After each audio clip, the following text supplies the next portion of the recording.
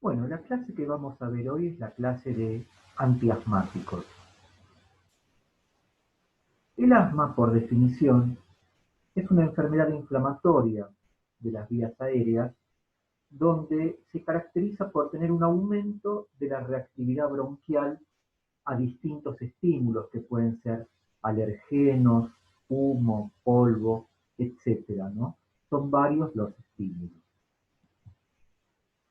La tríada del asma es aumento de la reactividad bronquial, inflamación y obstrucción de la vía aérea reversible, porque en verdad, si nosotros tenemos un tumor de la vía aérea, es una obstrucción irreversible. En este caso es una obstrucción que se puede llegar a revertir. ¿Qué es el estado de mal asmático? Es un estado patológico que puede llevar a la muerte y que son crisis subintrantes. Esto es crisis subintrantes, es decir, que ceden y aumentan cada vez más en intensidad y que lleva al agotamiento del paciente. Respiración paradojal quiere decir de que el abdomen se levanta y el tórax se hunde por deficiencia del diafragma, baja cantidad de oxígeno y aumento del dióxido de carbono. Es una emergencia médica. El objetivo terapéutico es aliviar los síntomas, disminuir la hiperreactividad bronquial y sobre todo también prevenir que haya recidivas del cuadro. ¿Cómo podemos clasificar los broncodilatadores? En metilxantinas, fueron los primeros compuestos, hoy muy en desuso, aunque todavía tienen algunas indicaciones. Anticolinérgicos, como por ejemplo el ipratropio, tiotropio, y agonistas beta 2, que son los que usamos cuando hay una crisis aguda o también de mantenimiento, que son los que vimos en neurotransmisión adrenérgica. Para prevenir, tenemos el nedocromil, cromoglicato de sodio, glucocorticoides fundamentalmente, y el ketotifeno, que es un compuesto que tiene propiedades antihistamínicas. Vía de administración de broncodilatadores, puede ser oral, endovenosa o inhalatoria. MDI quiere decir, de alguna manera, inhalador de dosis medida, es decir, que tiene determinada dosis por cada aplicación, y nebulizadores, es otra vía, y esto es un inhalador de polvo seco, ¿no? Que son comprimidos que se trituran. Esto es DPI.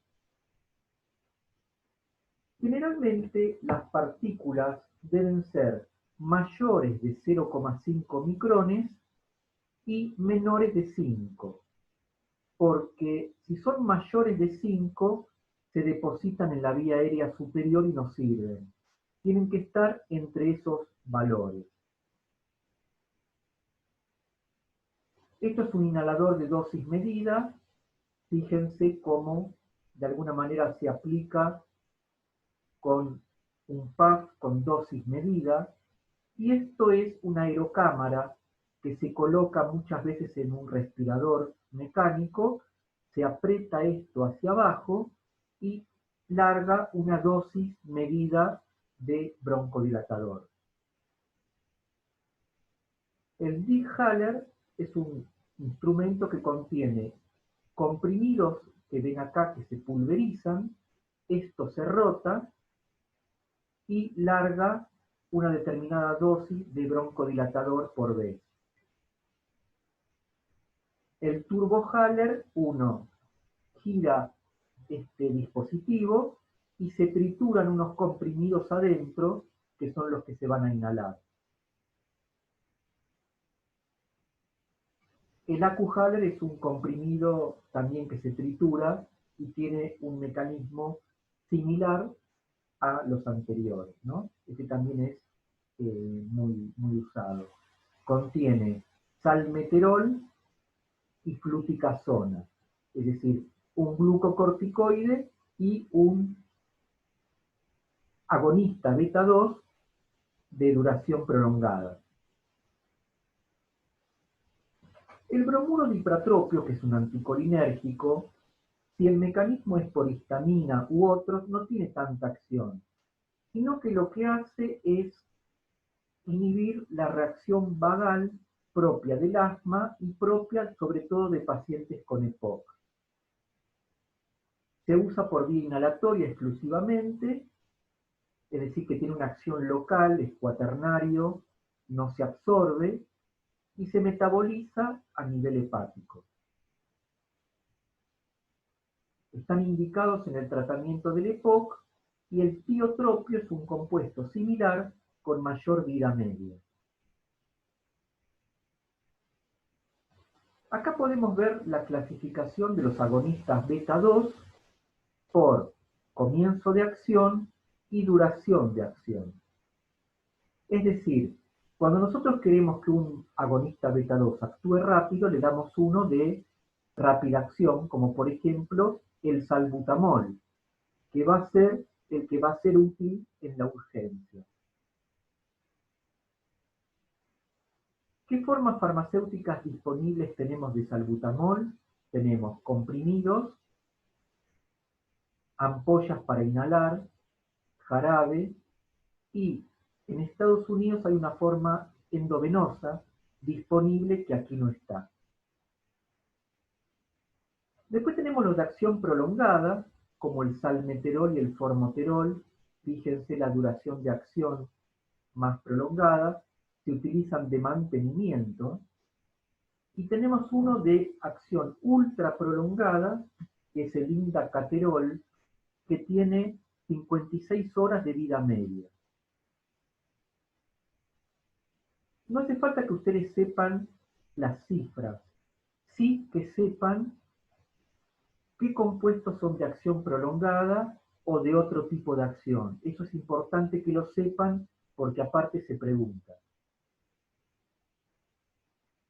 ¿Qué efectos adversos tienen los agonistas beta 2? Arritmias por estímulo adrenérgico, uno muy común, temblor, por ser agonista de los receptores beta 2 a nivel del músculo, muy frecuente de ver. Los beta 2 hacen que el potasio entre a la célula, ocasionando hipocalemia, y se utiliza a veces en el tratamiento de pacientes con hipercalemia, ¿no? Hay que tener mucho cuidado con los excipientes porque pueden sensibilizar el miocardio a las catecolaminas.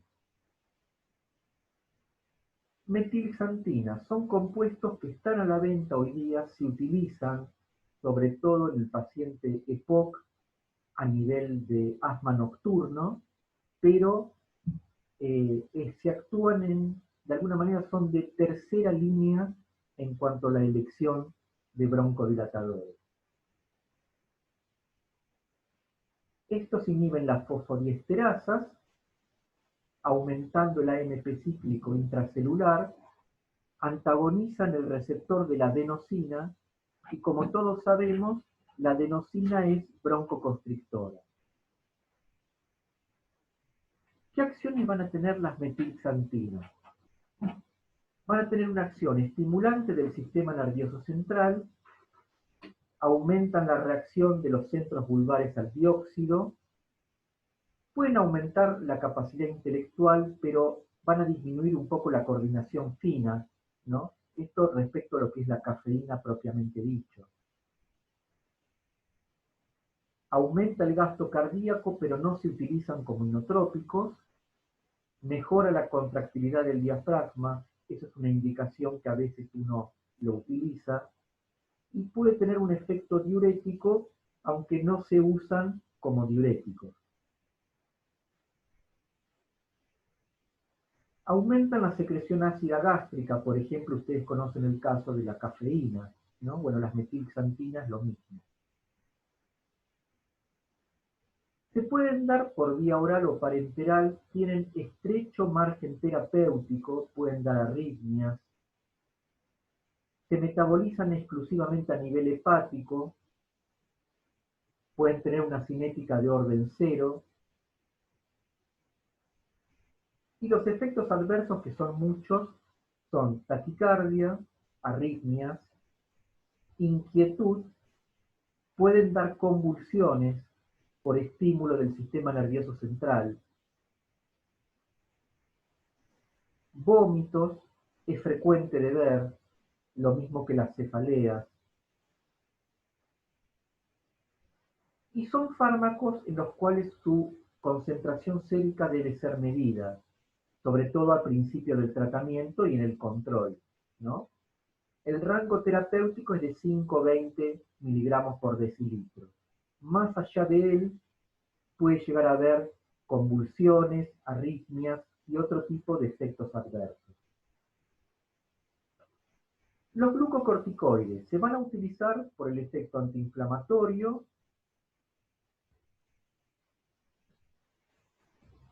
y también habíamos visto cuando estudiamos estos en glucocorticoides, inhiben a la fosfolipasa 2, disminuyen la cantidad de eosinófilos e inhiben mediadores de la inflamación como por ejemplo los leucotrienos, por lo cual va a ser útil a ese nivel. De manera inhalatoria tenemos estos compuestos que vemos acá. Estos son corticoides de uso en vía inhalatoria. Acá tenemos un cuadrito farmacocinético de los mismos.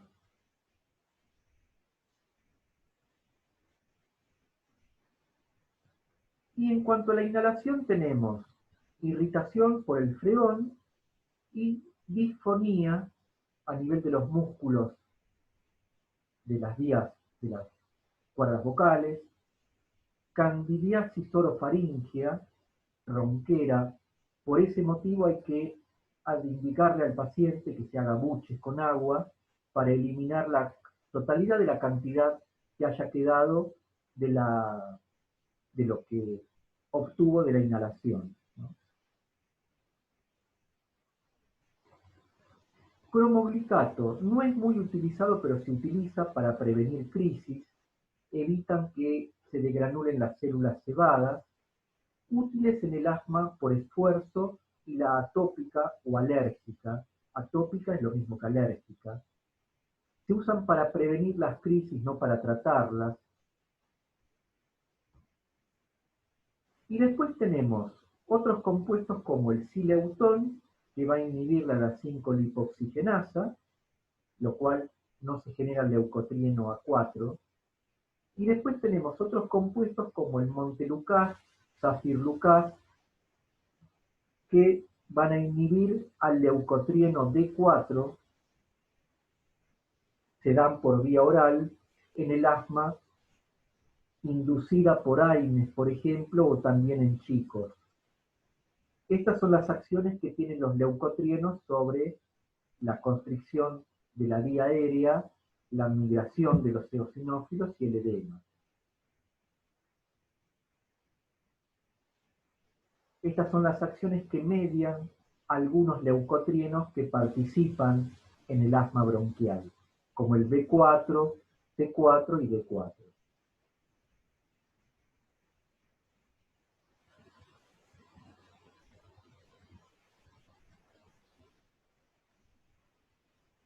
Por último, tenemos un anticuerpo monoclonal, IgG1, que es un anticuerpo anti-inmunoglobulina E, se aplica por vía parenteral, endovenosa o subcutánea, por ejemplo, en asma moderada severa que no respondió a otro tipo de medidas, ¿no? Sobre todo también en chicos se utiliza, es muy eficaz, pero en el asma, sobre todo moderada a severa. De alguna manera un compuesto que no es muy popular, pero que a la hora de la gravedad sirve, es el sulfato de magnesio, que se comporta como un antagonista de calcio y evita en casos graves a veces la necesidad de colocación en asistencia respiratoria mecánica. A veces hay que repetir la administración y esta es la dosis,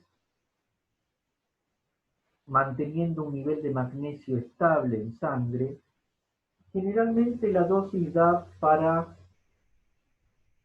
de alguna manera, 2 ampollas en un paciente de 70 kilos. Cada ampolla de sulfato de magnesio trae 20 mililitros y 3 gramos de sulfato de magnesio y es una herramienta muy útil, sobre todo en casos de gravedad. Nunca hay que olvidarse de la adrenalina, que administrada por vía subcutánea o endovenosa o nebulizada, sirve en casos graves de asma que no han respondido al tratamiento conservador.